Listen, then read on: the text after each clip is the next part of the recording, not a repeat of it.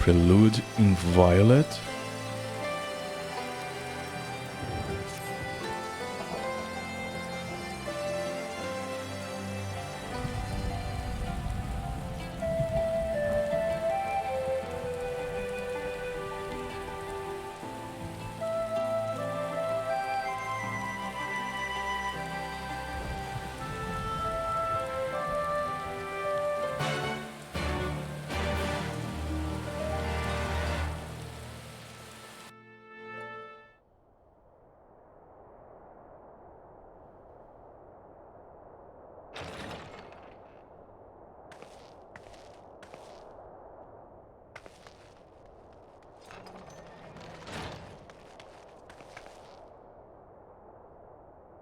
Urianger! Gods, it's good to see you. Would that our meeting were under happier circumstances. I judged the voice sufficient cause for concern even before you sent word of its effect on our comrade.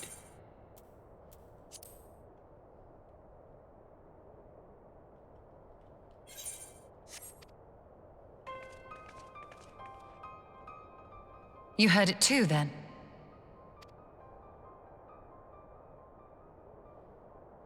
Aye. And all but certainly at the selfsame instant. Alas, pained as I was, I could make little sense of what few words did then reach mine ears.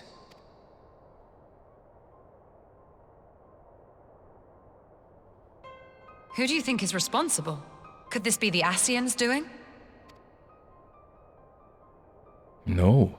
That I cannot say. Oh. Not when so little is known. Ere I indulge in speculation, I would examine Thancred with mine own eyes.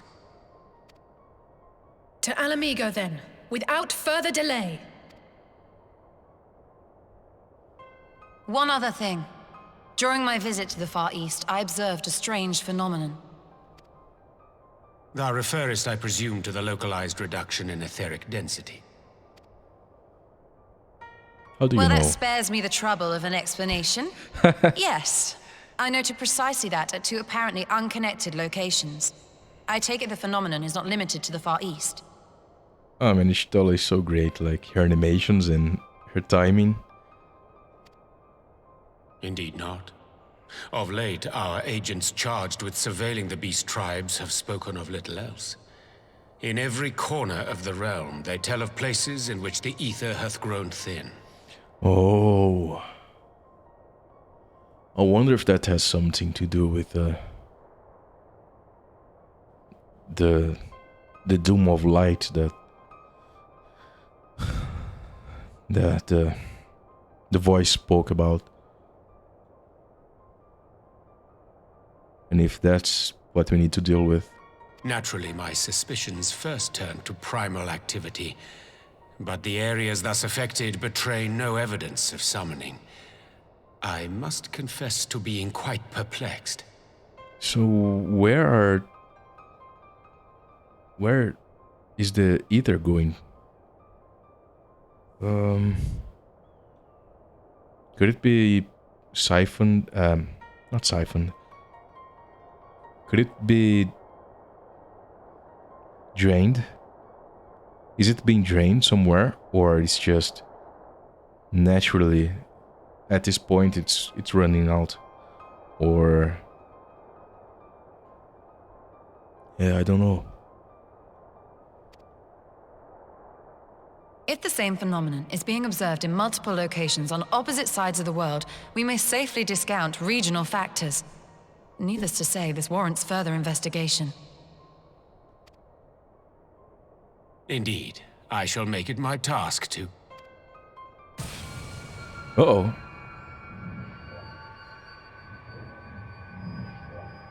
The voice. It calleth to me once more.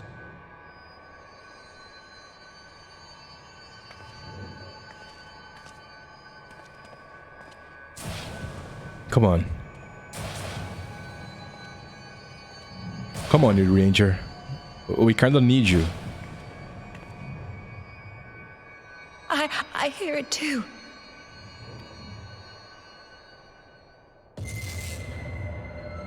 Only you. Only you. No! Only me what? Ishtola! Rianger! Throw wide the gates. Which gates? How? Okay, we're fine. Re-injure. No! No, this can't be happening! Oh no. No, this is bad. Y'shtola! Rianger! Open your eyes! Open your eyes, I beg you! Say something! Anything! Not again. Please, not again. Man, Alice. She's losing like everyone. Man, this is tough on her. Her brother, her family.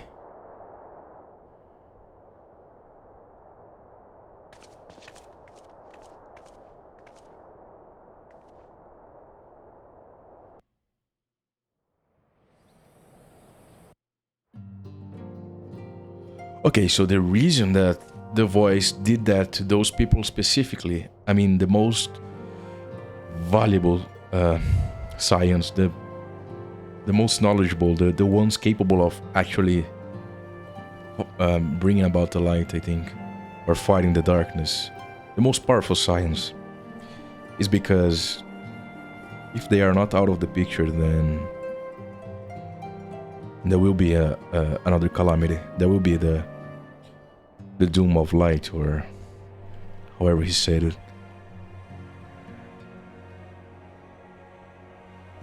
So yeah, the voice is specifically targeting those specific science.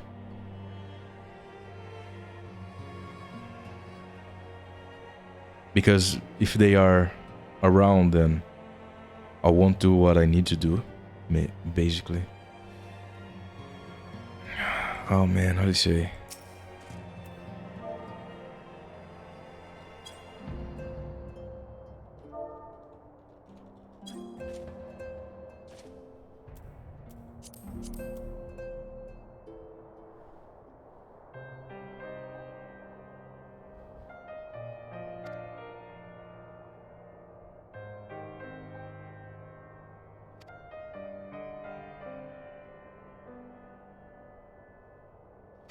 Yeah.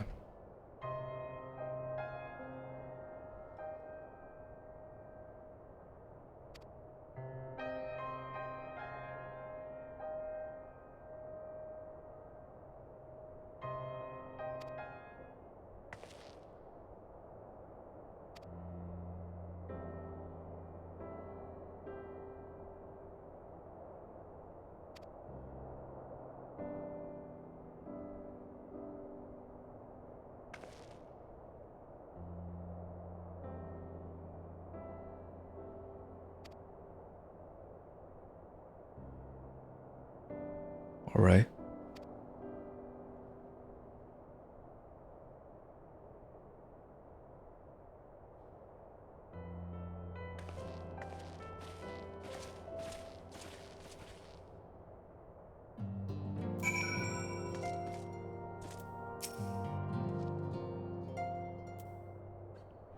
All right.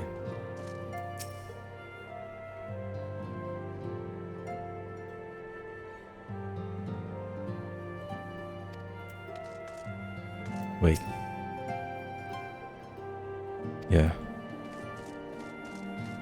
We should be speaking to Creole. She's probably out cold too, I bet.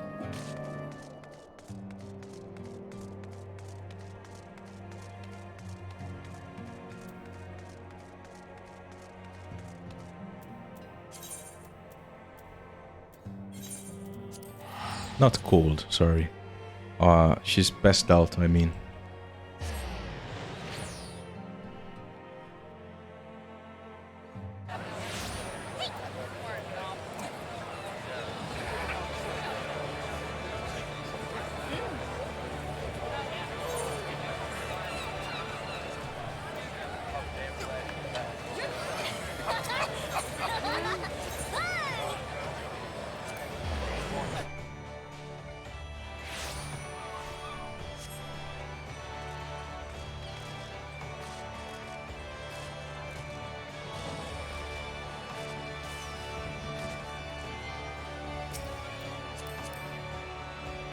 Nice armor. Science Traveler. Pretty cool.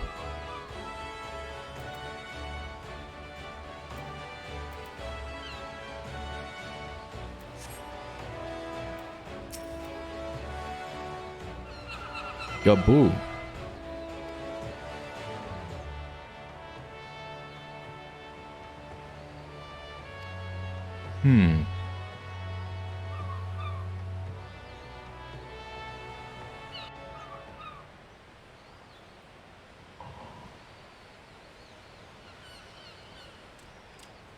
Oh, there he is. How is he doing? Here he is, my lady.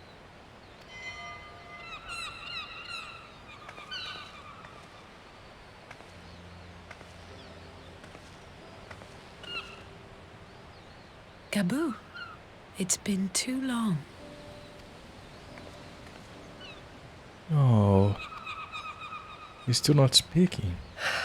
I'm afraid there's been no change. If he can see or hear us, he has given no sign. Oh no. I see. You're still fighting. I'm proud of you. Oh.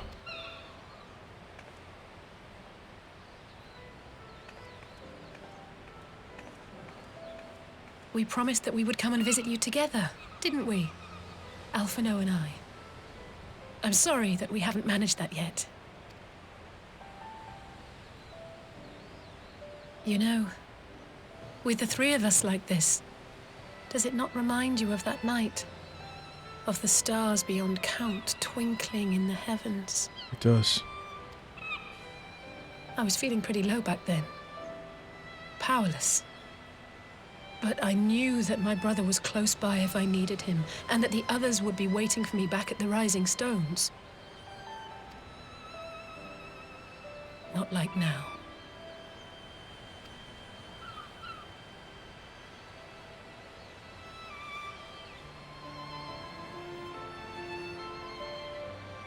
I've seen my share of trouble since coming to Eorzea. Been reminded again and again of my limitations, of how little I can change about this world. And I've come to know the sorrow of parting all too well.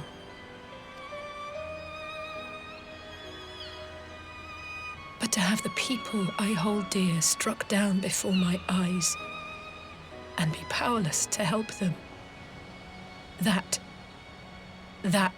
I cannot bear.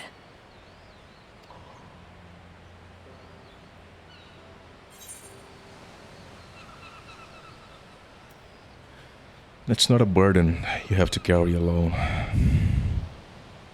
You don't have to bear this burden alone.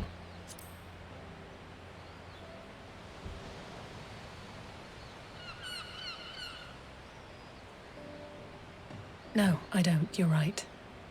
It's pure arrogance to imagine I can solve everything by myself. You'd think I'd have learned that by now. Thank you. I don't know what I'd do without you.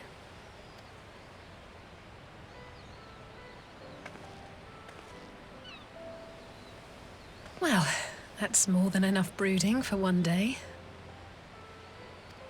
Come on. We have friends to save.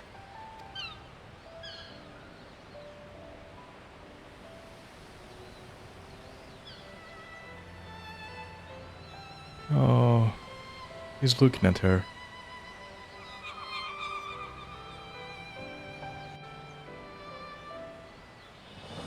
Oh, I want to spend more time with him. Can we play or something?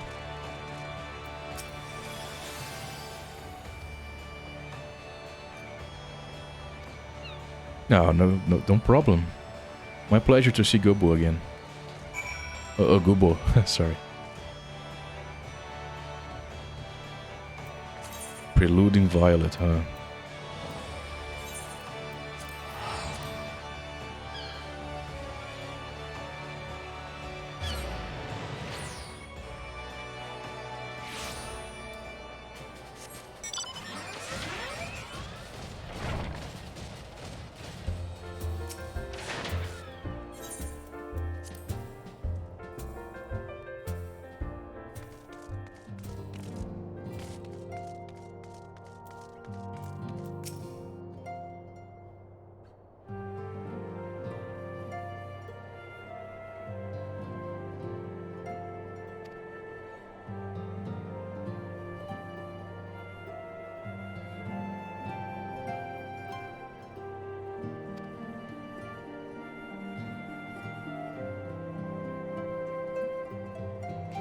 Yeah. That's what matters. Continue to fight.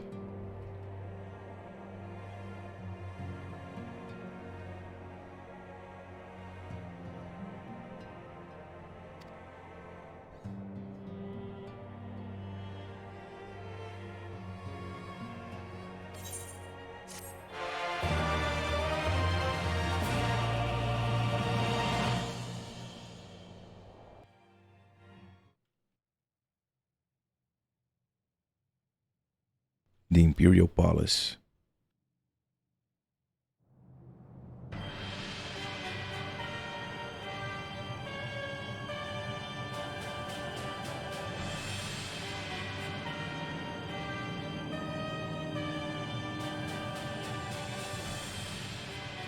The Populares no longer present an obstacle. Now is the time to bring the Empire's might to bear. A word from your Radiance is all it takes. But one word, and the Imperial army will fall upon Alamigo as a pack of bloodthirsty wolves and tear that feeble nation apart.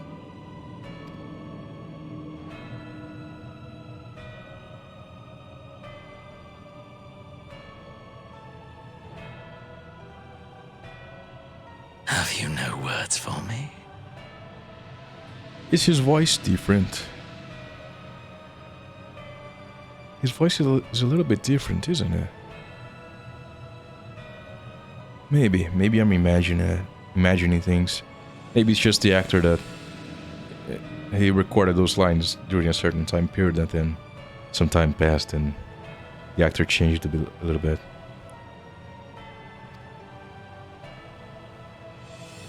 Despite the lengths I go to, an emissary playing the part of a fool. When first I took this face, I swore to use all of my knowledge, all of my power, to further the cause of the Empire.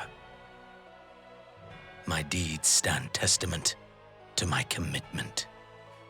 Hold on. I'm missing something here. I don't remember this. When first I took this face...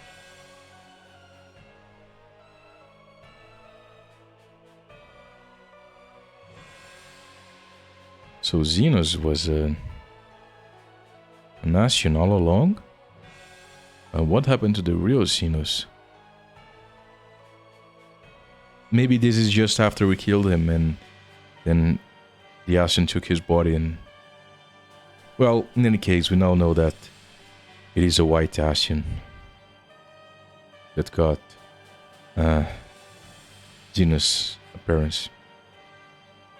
And with this adamant flesh at my disposal, I could destroy the Icon Slayer as easily as one might swat a fly. Why do you hesitate?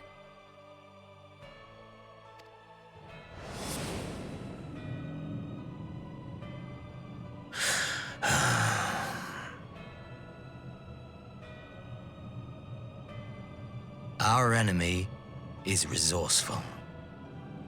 Though victory is certain now, it will not remain so indefinitely. Deliberate if you must, but be quick about it. We'll speak again when you have unburdened yourself of doubt. Until then, I take my leave, Father.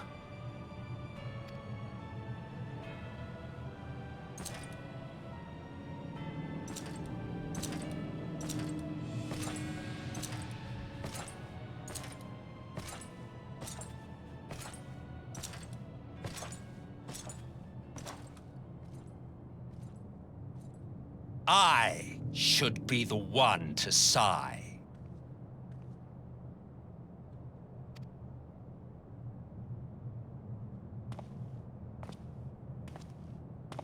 I played my part to perfection. I had earned my rest, and then, thanks to La Habrea's crowning act of idiocy, our favorite emissary sees fit to summon me back. Wait, what? Hold on. I earned my rest.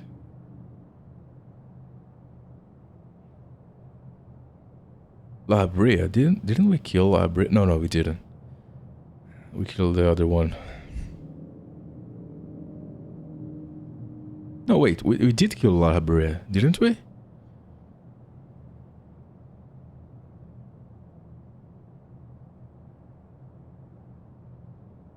Her favorite emissary. Okay.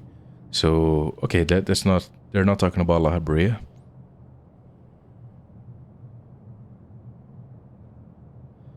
They're talking about La Brea's plan that didn't work. Her favorite emissary sees fit to summon me back. So they're talking about the white Ascian, the emissary.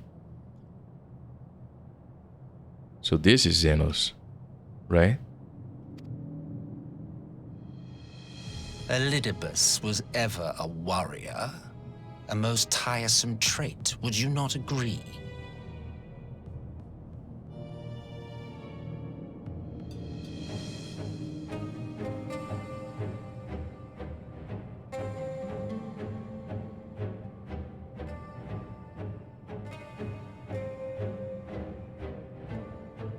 I'm thinking about it.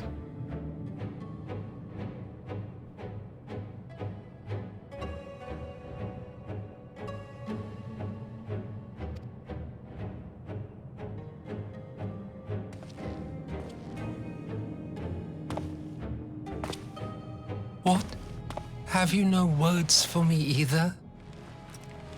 No matter. I've long grown weary of this mummery.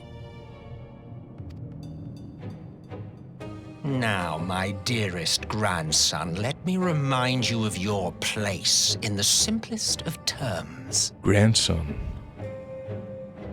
Hold on. Can the Ascians bring back people from the dead like that?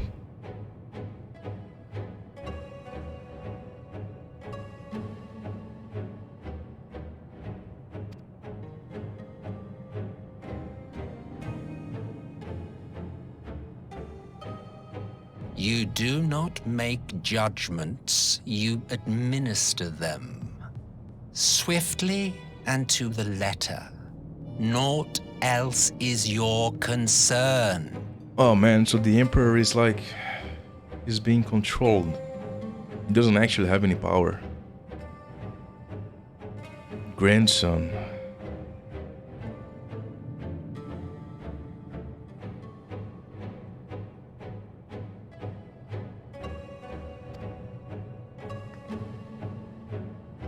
Elidibus may be an insufferable bore, but he is no fool.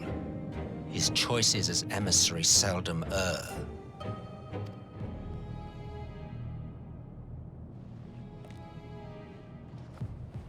If aught threatens the balance twixt light and dark, it falls to you to remove it.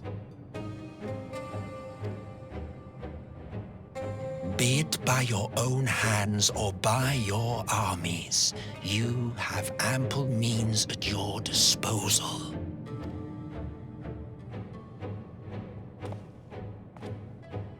That is why this empire exists, why I built it. Solus.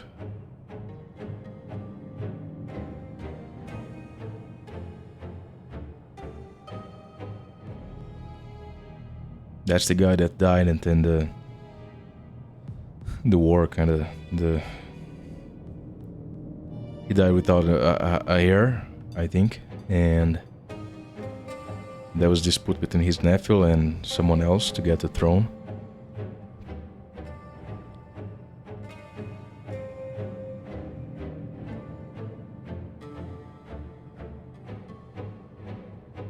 That is why the empire exists, why I built it. So he saw the devastation at the burn, and then he went like, I'm gonna build an empire so I can control power enough to maintain the balance. Oh dear, have I touched a nerve? You always were an easy one to read. I pity you, I do. As they say, ignorance is bliss. And I know how much happier you would be not knowing the things you know. Oh yeah, that's true.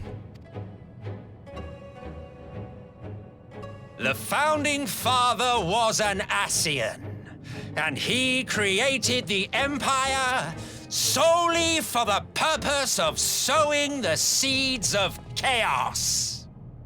Oh, so he was an Ascian from the start.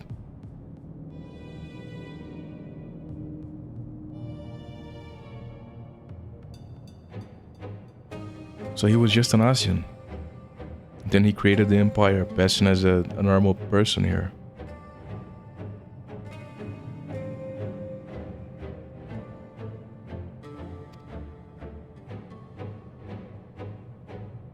Don't take it personally. I merely do my duty.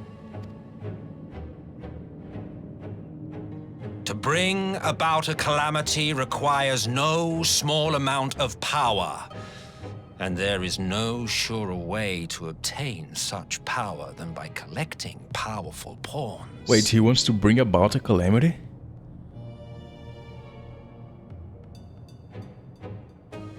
He doesn't want to keep balance. He doesn't want that. He wants a calamity.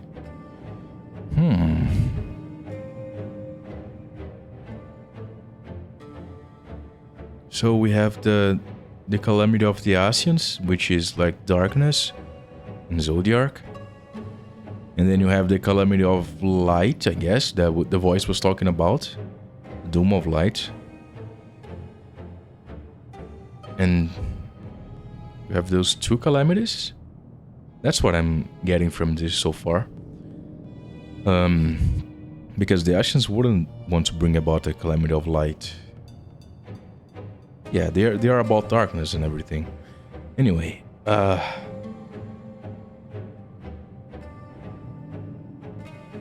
collecting powerful pawns.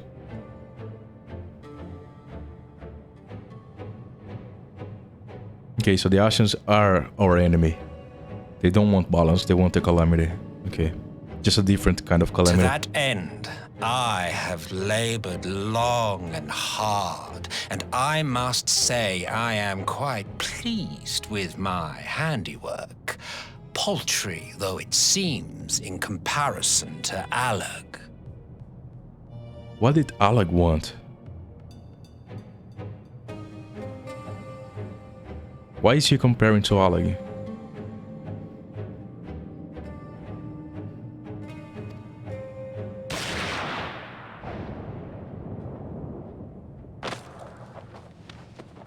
And that didn't kill him, of course. You fiends are overfond of your own voices.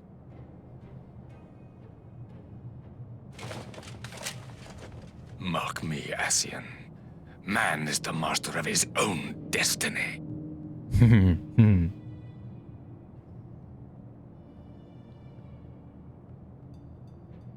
Cool.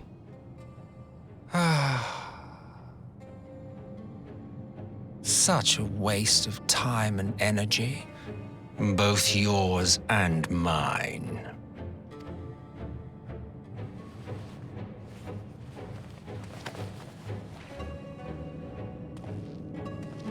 Lest you forget you are Emperor now. If you wish to spout drivel about man's destiny, save it for the masses.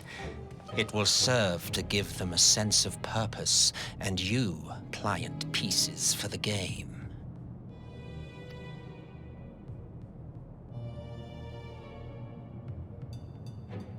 Oh, do stop sulking, boy. You, of all people, should understand. So, hold on. The Ascians were getting the primals to summon icons. And that was to drain Heidelings of power? Yeah. As Midgarsimer told us. Primals were summoned and that was draining Heideling of power, so... Okay, yeah, that makes sense.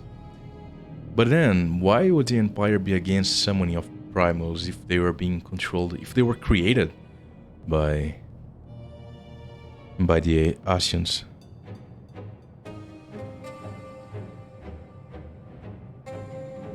And what was that about the War of Succession? The Civil War or something? There's still so many questions left. There's still a lot of that I don't know. Even with this much information, there's still a lot that we don't know. Ours is a struggle to restore both mankind and the world to their rightful state. Viewed thus, our goals are one and the same.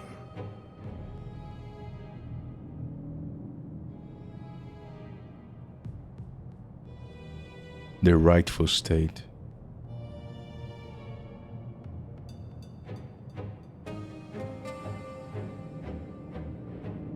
But they want a calamity, and I'm guessing the Varys doesn't want a calamity, although their goals are the same. I think Varys wants to get there without going through a calamity. I think that's the place where they differ.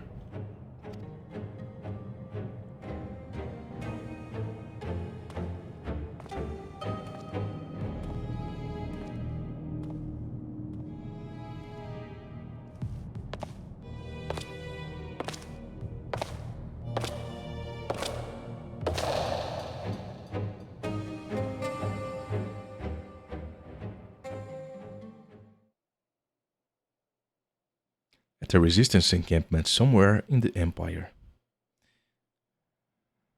This reminds me of Warcraft 3 texts, like the loading screen text in Warcraft 3. Meanwhile, somewhere in a forest near Stormwind, something like that.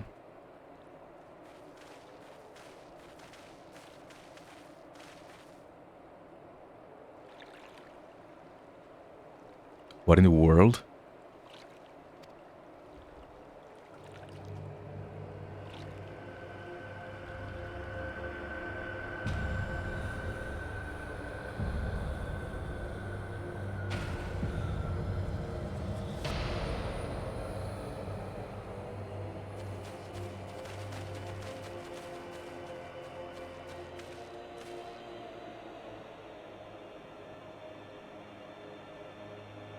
Dead? So... are those like Scions too? Are those guys here like all ex-Scions? Or maybe the voice can target whoever they want, but why will they target them here? And not like Shadowhunter and the other guys? Why did he not target off, you know?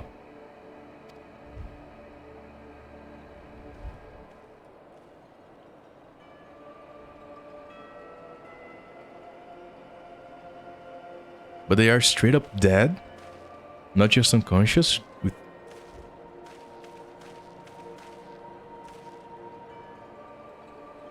Man, the plot is getting so thick right now. Damn them, they finally used it. Oh, this is something else.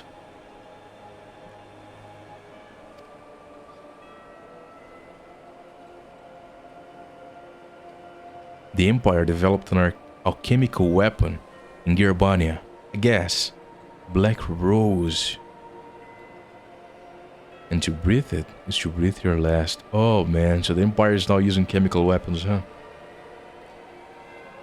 Oh.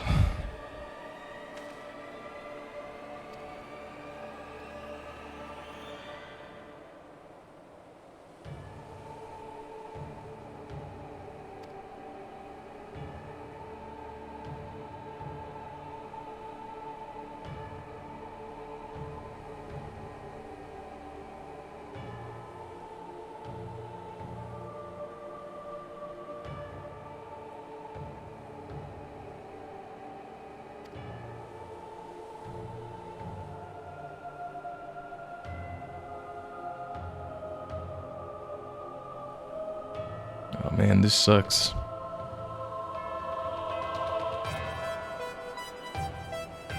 The Asians, right. This music.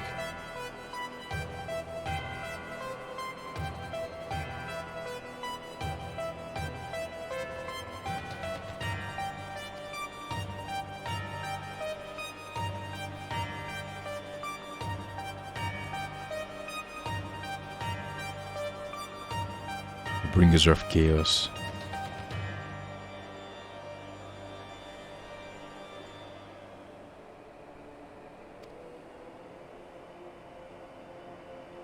This guy reminds me of Nero. He's like his brother or something. Perhaps he's the unique face. He doesn't have an NPC face, but he does kind of remind me of Nero. Strong jaw and chin. And the eyes a little bit.